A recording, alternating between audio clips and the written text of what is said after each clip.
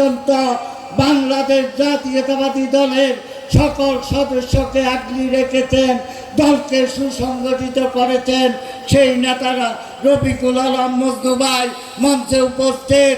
বাংলাদেশ জাতীয়তাবাদী দল কেন্দ্রীয় কমিটির সদস্য পরশুরাম পৌরসভার সাবেক মেয়র আবু তালেব মঞ্চে উপস্থিত।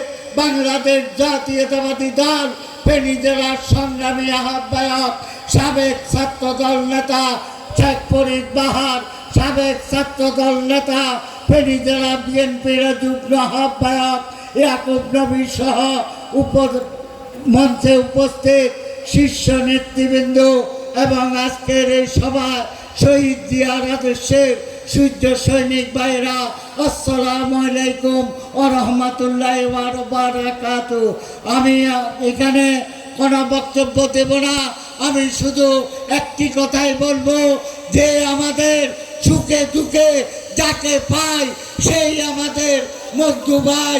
আমার সাথে একটা স্লোগান ধরেন, তারুণ্যের প্রথম ভোট ধানের শীষের পক্ষে হোক, খালেদা জিয়ার মার্কাকে, তারেক জিয়ার মার্কাকে, মজনু ভাইয়ের মার্কাকে, আপনার আমার মার্কাকে। আসসালামু আলাইকুম। প্রিয় সমাবেশ।